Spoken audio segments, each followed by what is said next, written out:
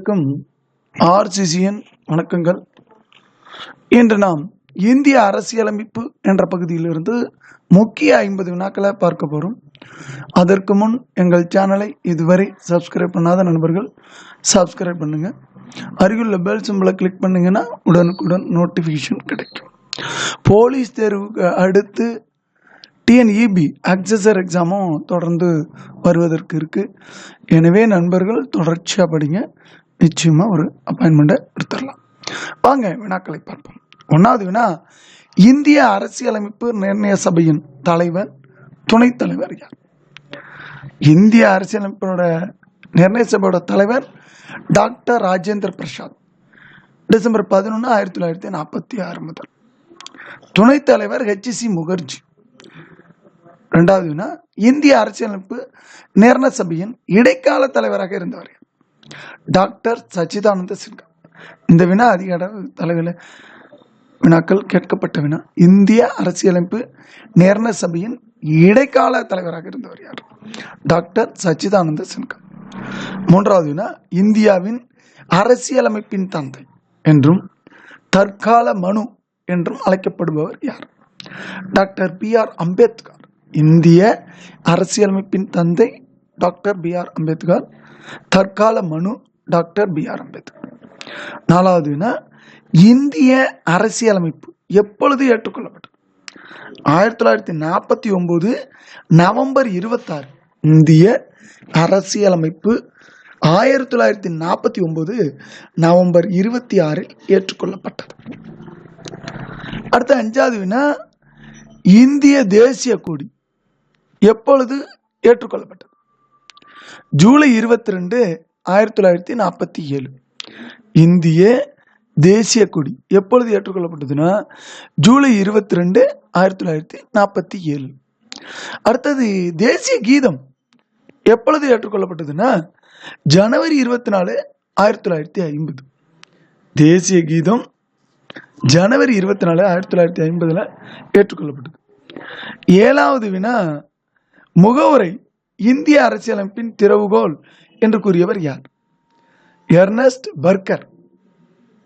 முகவுரை இந்திய அரசியலமைப்பின் திறவுகோல் என்று கூறியவர் எர்னஸ்ட் பர்கர். 8வது வினா, முகவுரையை இந்திய அரசியலமைப்பின் அடையாள அட்டை என்று கூறியவர் யார்? NA பால்கிவாலா. முகவரைய இந்திய அரசியலமைப்போட அடையாள அட்டை என்று கூறியவர் யாருன்னா NA பால்கிவாலா.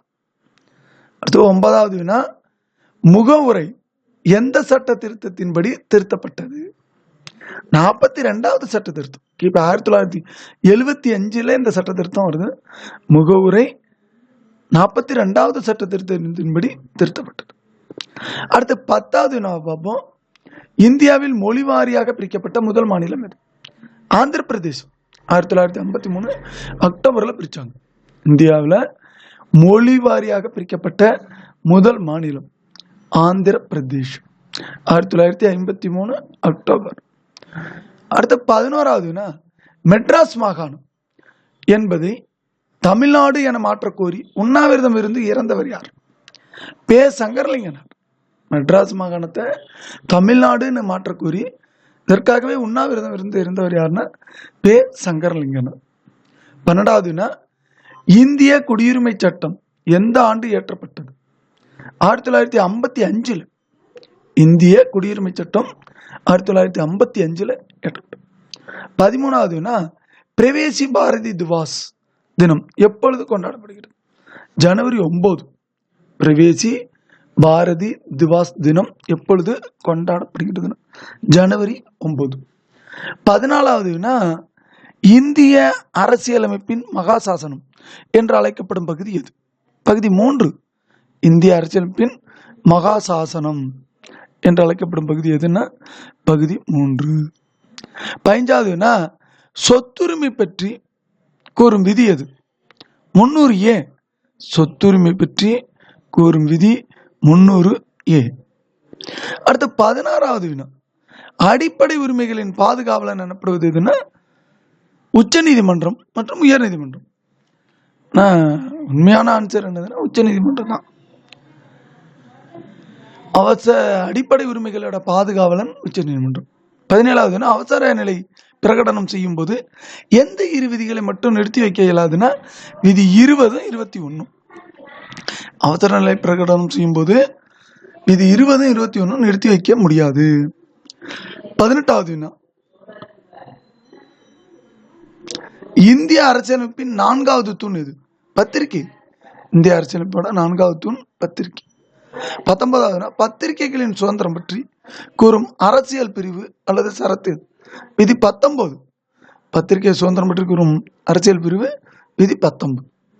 20வது அரசியலமைப்பின் இதயமும் ஆன்மாவும் என்று டாக்டர் அம்பேத்கரால் கூறப்படும் சரத்து எதுன்னா விதி 32.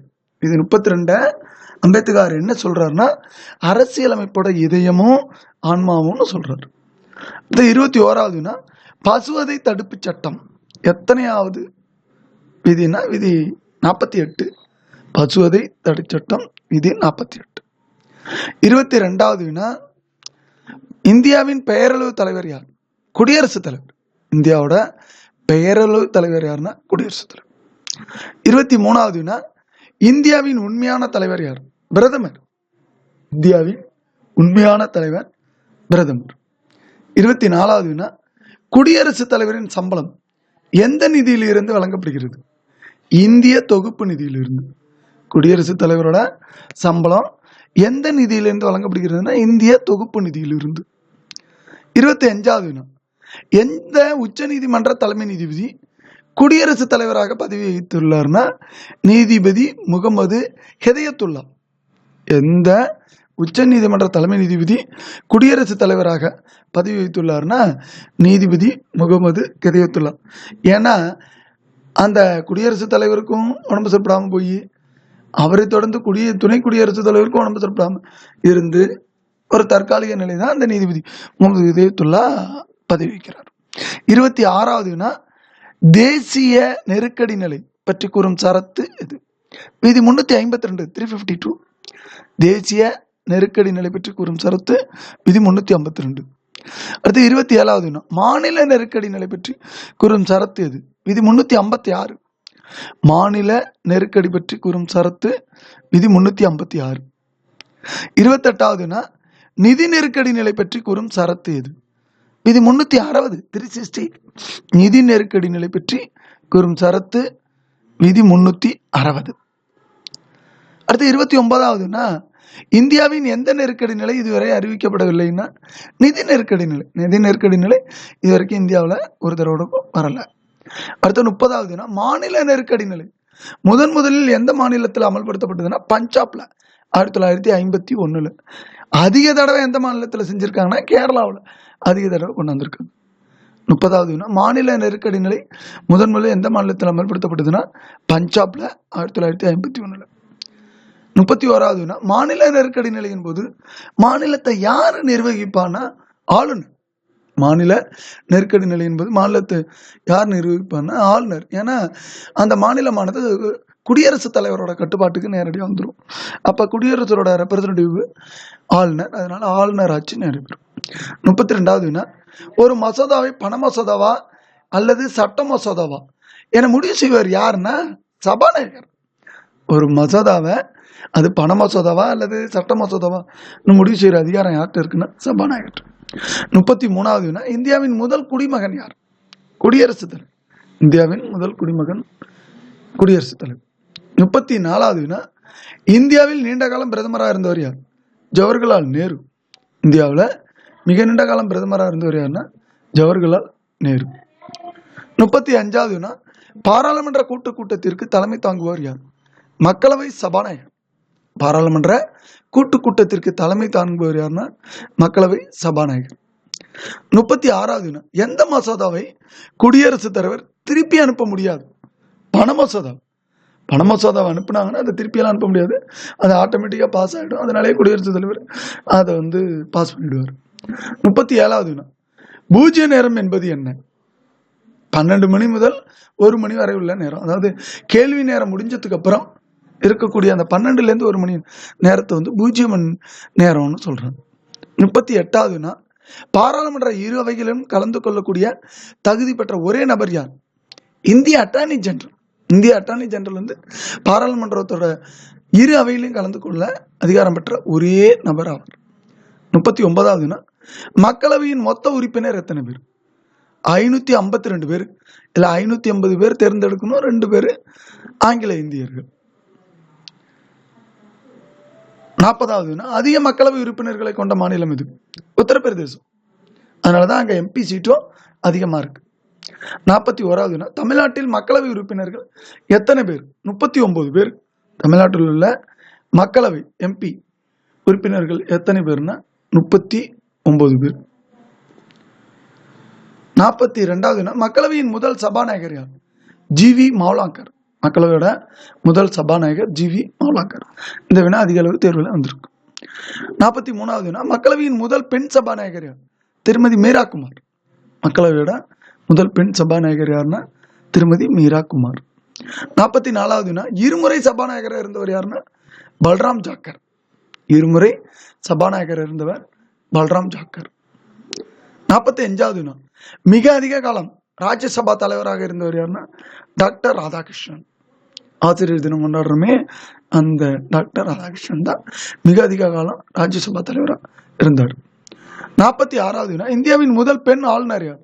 சரோஜினி நாயுடு. இந்தியாவோட முதல் பெண் ஆளுநர் சரோஜினி நாயுடு. கவிக்குயில் சரோஜினி நாயுடு. 47வது வினா, தமிழ்நாட்டில் சட்ட மேலவை எப்பொழுது ஒழிக்கப்பட்டதுன்னா 1986. தமிழ்நாட்டில் சட்ட மேலவை எப்பொழுது ஒழிக்கப்பட்டதுன்னா 1986. 48வது வினா, இந்தியாவின் முதல் மாநகராட்சி எது?